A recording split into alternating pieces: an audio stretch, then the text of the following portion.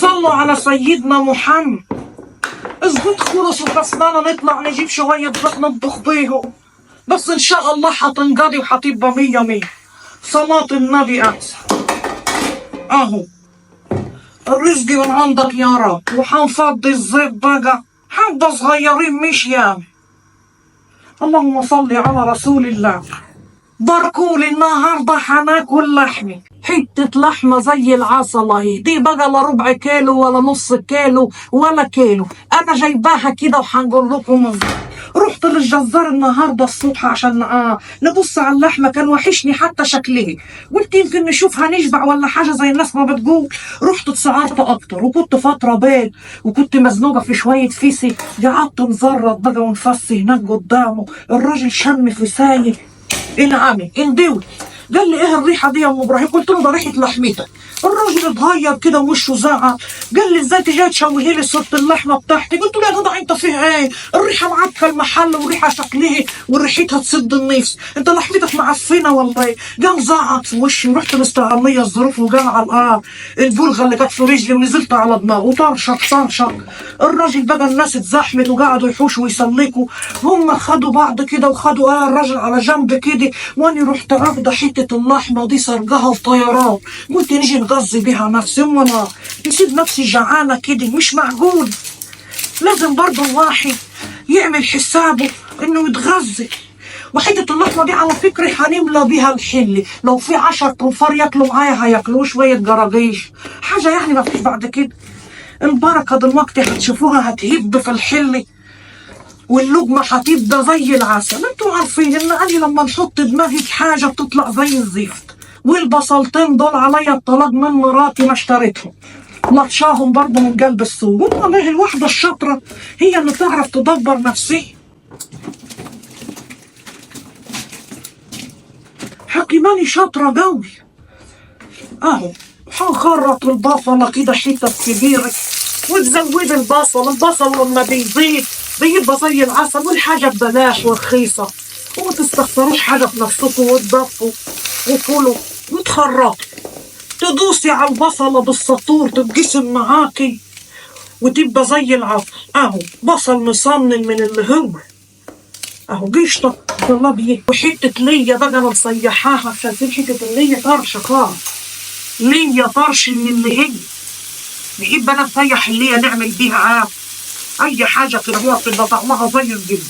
تزودي كليه اديلي. ومعانا البصله اتحرقت اهيت وبقت زي النيلي اهي، لازم تفحم كده معاكي تبقى زي تراب الفرن، وتجيبي بقى حته اللحمه بتاعتك وتنزلي بيها اهو ما شاء الله،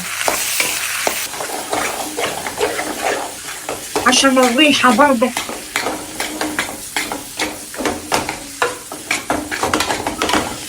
النهارده بناكله على خبر.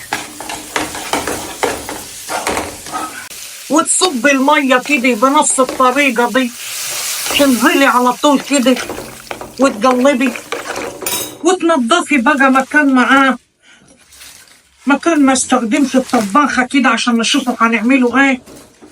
والله لازم كده اهو، ولا كأن حاجه حصلت خالص. ما شاء الله تبارك الرحمن.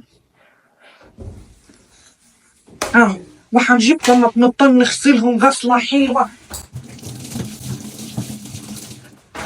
وننزل بيهم كده مكعبات رقيقه، عشان الاكله الحلوه من غير الطماطم بتبقى مجندله بجندله.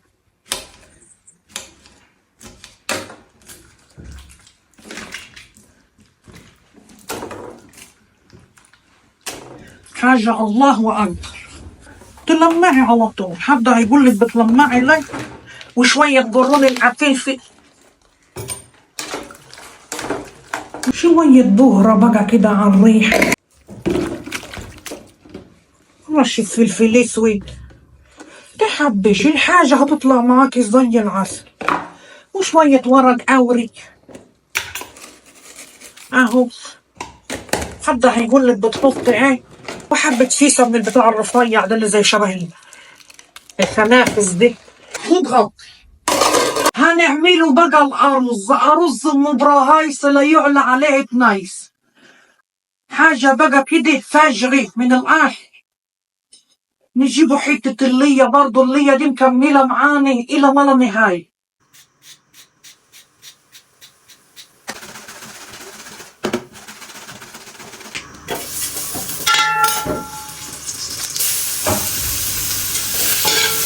بشوية البازلي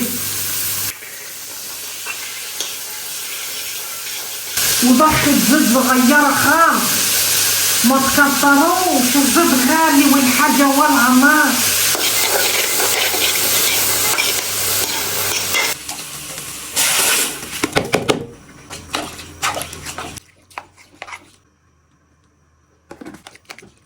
بسم الله ما شاء الله، اللحمة طابت.